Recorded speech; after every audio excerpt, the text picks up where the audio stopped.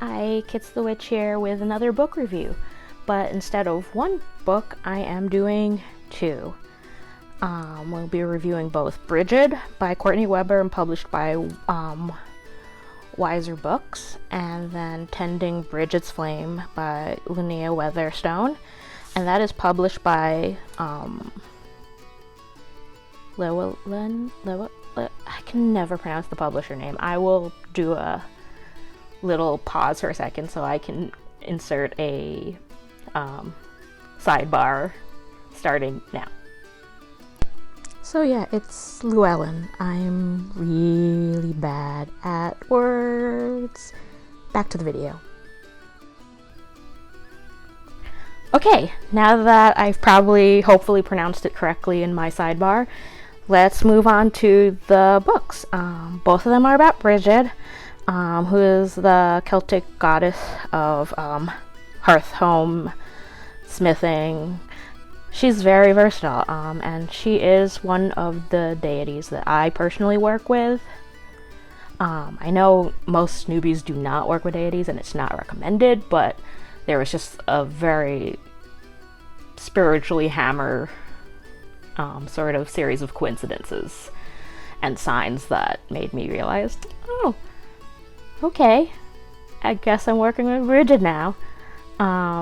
Because initially, when I started my practice, I was like, deities seem so complicated, let's not. But the universe had other plans for me. But I digress.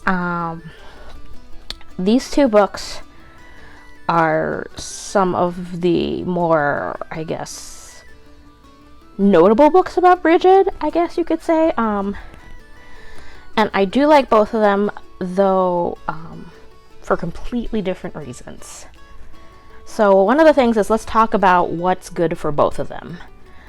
For both of them have very solid bibliographies. If you've seen my previous book review, Backwoods Witchcraft, which I will link up top here somewhere, you know I am a sucker for bibliographies that are extensive. Both have really solid ones that span several decades. I think one of the oldest ones is 1917 up to 2009, 2016. So you get a good breadth of time and books. So both authors do talk about their practice to different extents. While both were incredibly personal, I found the personal account for Brigid was a little bit more intimate, in my opinion. It seemed a little more under the surface than Tending Brigid's Flame, but it's also just sort of the different writing styles. One of the things I liked about both of them is they both cover the mythological and historical, or at least as historical as it can get, aspects of Brigid. So from goddess, triple goddess, to saint in the Catholic Church, they cover most of the myths, and well, not most of them, there's so many myths about Brigid, but they do cover a lot of the myths and the historical aspects. And then of course, they wouldn't be books about the deity without rituals and spells, so both have a pretty solid one. I feel like Tending Brigid's Flame tend to be a little more involved than the ones in Brigid, but that just could be me. I think it's more verbal for Tending Brigid's Flame and a little bit more dynamic for Brigid. Not that either is good or bad, or better or worse than the other. That was just my opinion. So next we're going to move on to what is different about these two and their individual merits and criticisms. Let's start with Tending Brigid's Flame. This was the first one I read of the two, and I did like how the author interspersed their chapters and their historical and mythological information with perspectives of other people, and had them write about their own perspectives on Brigid, and like their experience with Brigid adjacent things like wells and things like that. So I thought that was really neat. So it wasn't necessarily just the author's personal experiences alone, it was also other ones. Despite that, I did find Tending Brigid's Flame, and maybe this is just the writing style, but I found it to be a little dry. The dryness was more than made up by the facts and the information, of course, but it was a struggle to read. It was a struggle to get through this. As you can see, it's not that dense of a book, but I don't know, there was something about it that just made me take some time, like a lot of time, to pour through it. It might have just been the density of the information, because she mentions the animal sacred to Brigid, talks about the holidays. I mean, both do, but it might have just been the density or the writing style. But either way, while I read through it, it was a slow haul and it was kind of dry. And again, like Brigid, the author does talk about her own personal experiences, but I did not feel as personal to me in terms of like the intimacy that she revealed her practices, which is fine. Other witches can do what they want. Everyone's practice is deeply personal, so if you're not sharing everything, that's also perfectly fine. But yeah, so that's my basically overview for Tending Brigid's Flame. Next, we are going to move on to Brigid. Next up here we have Brigid, and like I said, the first one I had read was Tending Brigid's Flame, and this was the second book I read. I really liked this one. While it unlike Tending Brigid's Flame, this one mostly was concerned with the author's own particular perspective, and her own personal relationship with Brigid. I felt it was like a little more dynamic in its writing style, and it captured my attention, even though, like I said, it was focused mostly on the author's experience and wasn't interspersed with other anecdotes or sort of writings by other people. Yeah, this one of the two I found was an easier read. It might also be because of the information density, like I said before, but this was a very quick read.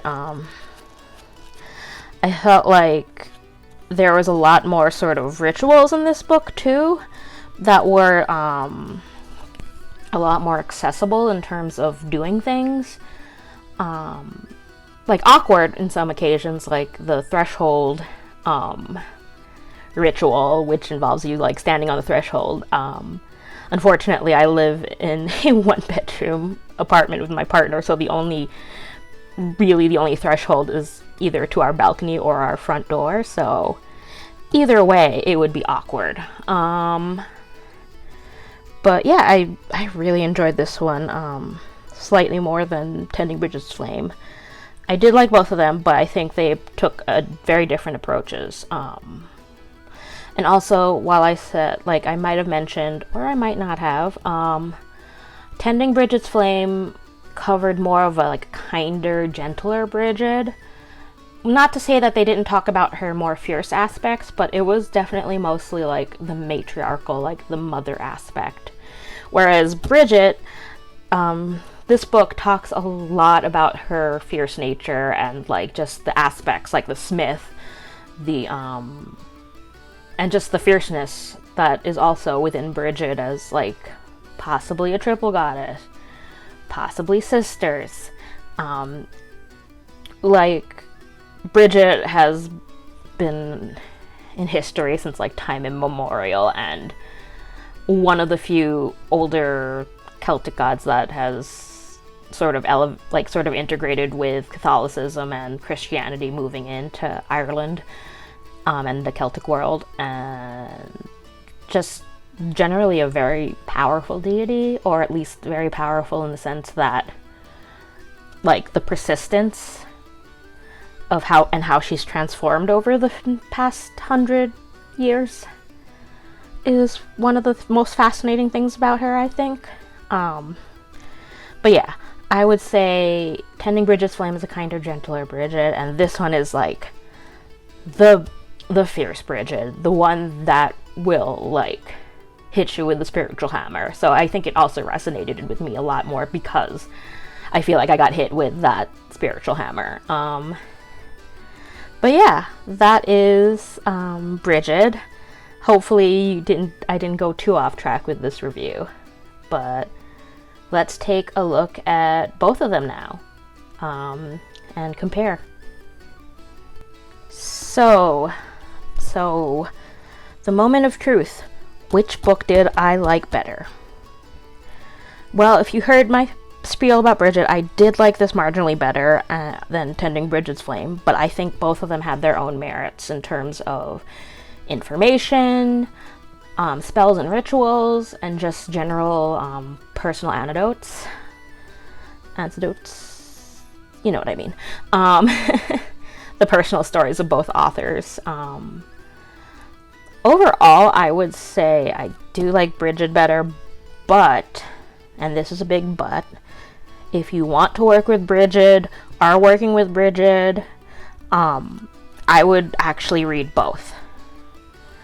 I think both of them on their own are fine, but together it's sort of a powerhouse of knowledge, I think.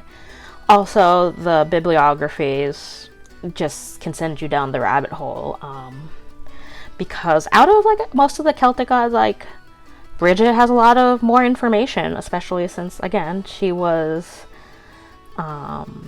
sort of merged into Christianity as a saint in the Catholic Church. So I think that speaks a lot to her power, basically, that her transformative power, that she's able to be adaptable, and she has been adapted by Celtic peoples in Ireland and what have you. But anyway, I would say, while I like one more than the other, personally, I would definitely read both. Like, borrow it from a library, borrow it from Scribe. It's just a huge breadth of knowledge between the two of them. Anyway, that is my review of Brigid head-to-head here. And thanks for watching. I will see you on the flip side. Bye.